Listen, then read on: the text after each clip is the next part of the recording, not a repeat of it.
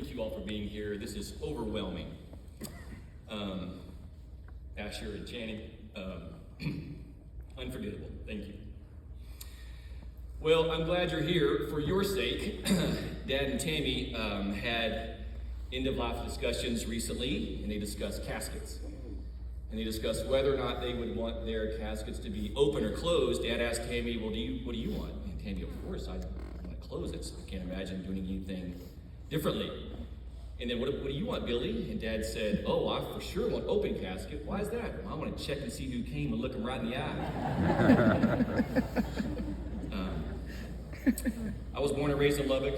I know a lot of y'all here. Haven't seen y'all a long time. Haven't lived here since I was 18. But for those that I haven't met, I'm Billy's boy.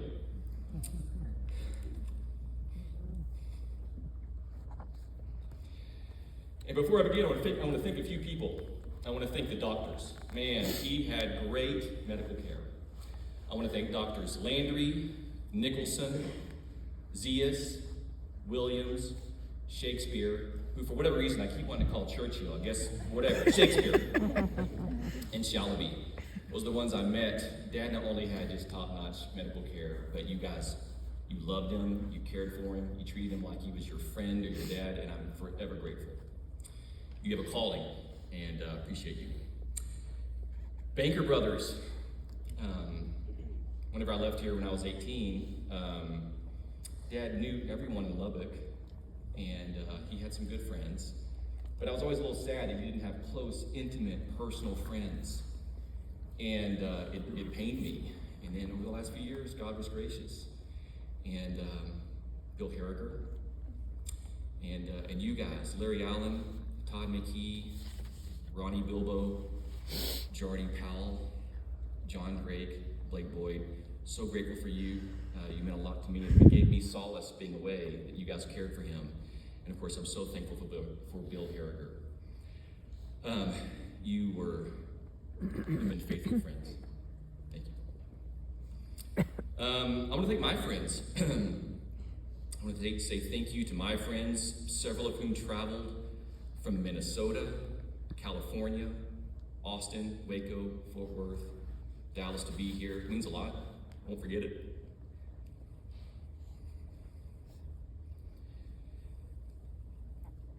You know how much Dad meant to me, and I thank you. I want to thank you, Jason. You've loved and served my dad for over 20 years. You loved him, he knew you loved him, and he loved you like a son. And I'm grateful for you. I want you to know that. Thank you. And of course, Tammy. What can I say?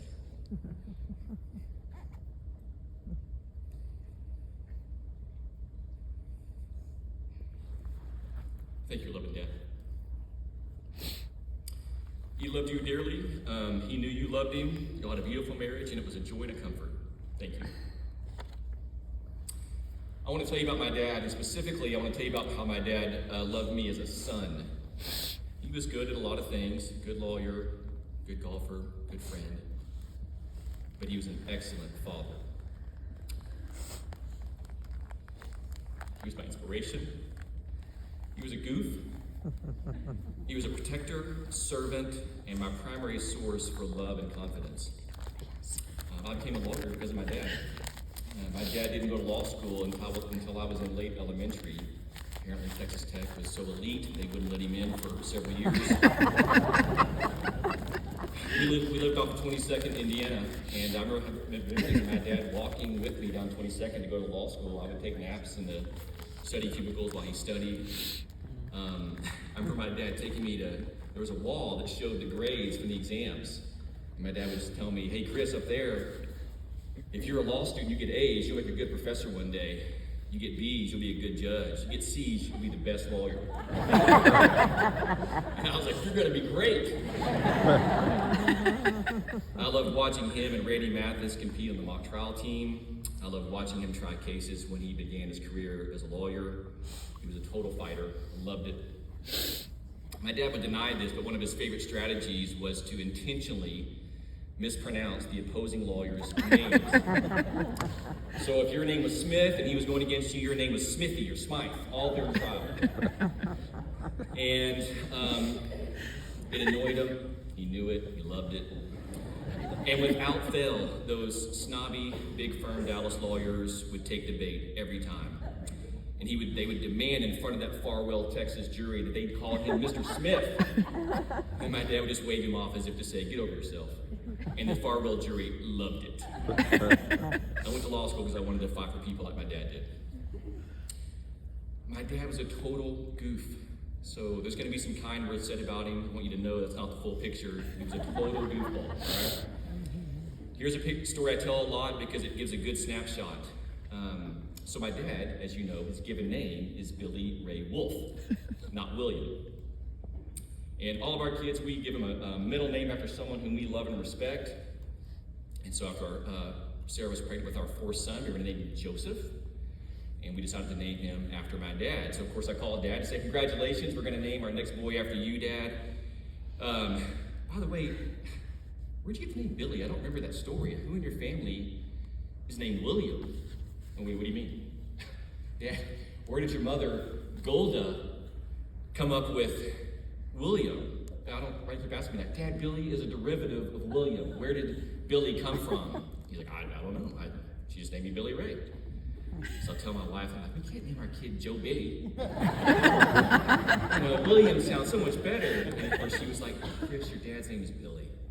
So sure enough, punchline here, Joseph's name is Joseph Billy Wolfe. Well, not the end of the story.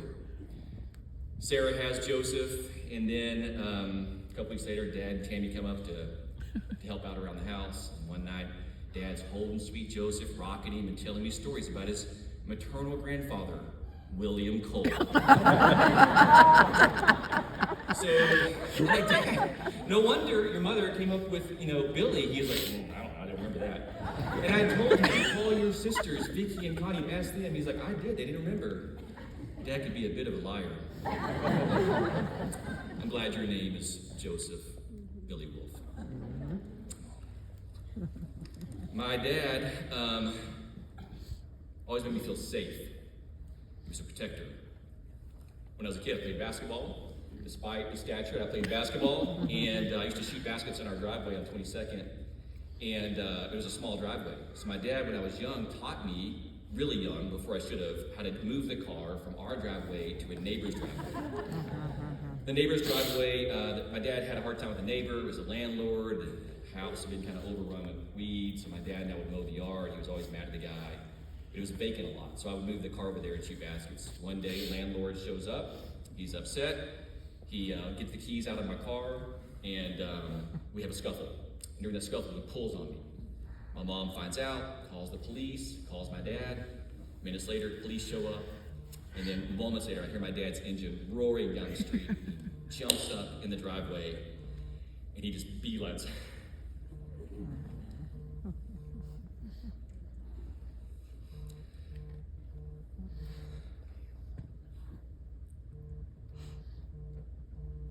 He beelines for the guy. And the cops meet him halfway, but not before my dad grabs the guy, and he tells him, you want to hold on to something, you hold on me. He was a protector. My dad was also a very active sports fan. On more than a couple occasions, he made his displeasure known to the ump or the opposing coach. He may or may not have been kicked out of a couple basketball games. It was kind of embarrassing as a kid, but I loved it. He was all in for me. But his courage, before I forget, his courage, it had limits. He hated snakes. And he would often say, I'd rather be in a bag with a lion than see a snake. So Uncle David is outdoorsy. Dad and I are not. And so Uncle David took it upon himself to always get us out. Took us fishing one time. We went to, I don't remember if it was Lake Allen Henry or Buffalo or White River or some dirty West Texas lake. We go fishing, we caught some fish, we pulled the boat into a bank one time, and they're out getting lunch, and I'm still in the boat. I look over and I see a snake grabbing the fish. Freak out, start yelling, Dad, snake. Next thing I hear my dad yelling, David, running away. My dad was a servant. I could tell you a ton of stories about how my dad loved us and served us, but here's a good one. We found out on a Thursday afternoon at my wife's 16th week. And my wife's 16-week sonogram that our baby no longer had a heartbeat. And my dad was there by Friday evening. I took the kids out of the house so Sarah could rest in bed, and my dad spent all day Saturday cleaning, mopping, dusting, washing, folding clothes, deep cleaning the oven. He didn't just straighten the house, he deep cleaned it. Anything he could do to bless my wife. That's how he loved. He served. And Dad believed to love is to serve. My dad prepared me to believe. I've always believed. I can't remember a time, even when I was a kid, that I didn't believe. I didn't believe, the time that I didn't believe that God loved me. And I credit my dad with providing me with the soil of belief. I never ever wrestled with the concept or idea of a loving father because my dad loved me so unconditionally. He was the ultimate encourager. I was pretty mediocre at most things growing up here in Lubbock, but my dad made me believe that I was great. Made me believe that I was special. He was my biggest fan. I knew that I wasn't great, or at least I wasn't that great. And I knew that he knew the score too, but he spent his life convincing me that I was special. It is such a wonderful feeling to know that you're completely and totally adored by your father. Because I'm an only child, my memory have holes. I don't remember stories well. They conflate sometimes, but I recall when I was younger, seeing my dad. I was probably 8 or 10, seeing my dad writhing in pain on the floor. Turned out to be a gallbladder issue. Didn't know that. We take him to the ER, and while we're there, I think my dad's dying. And there's a little Serenity room down there, but I guess it was Methodist Hospital at the time. And I'm just begging God to take my dad.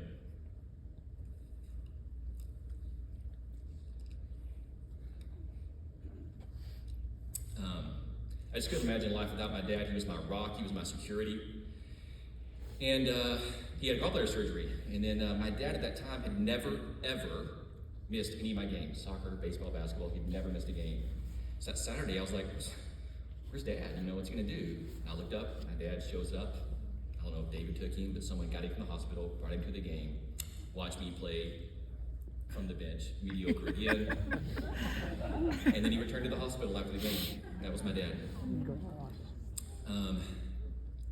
That same feeling I had when I was 10, I had when in 2020 when Dad struggled with COVID and narrowly escaped.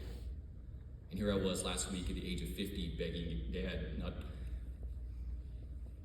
begging God not to take my dad, spare my dad. Losing him is destabilizing. He's always made me feel secure. No matter how bad things were, I knew we'd be okay with Dad around. But of course, in God's providence, he died. And I'm still in shock. My dad's so big in my mind, I just thought he'd pull through, because he always had. We always think that today is the same, will be the same as tomorrow if you get a phone call.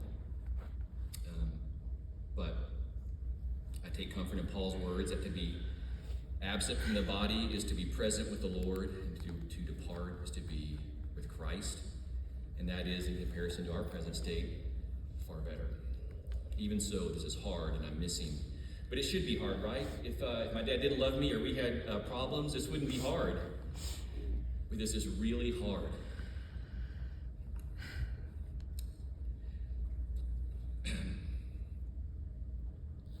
Let me conclude with one fact about my dad and an encouragement for all of us. My dad has called me every day since I was 18.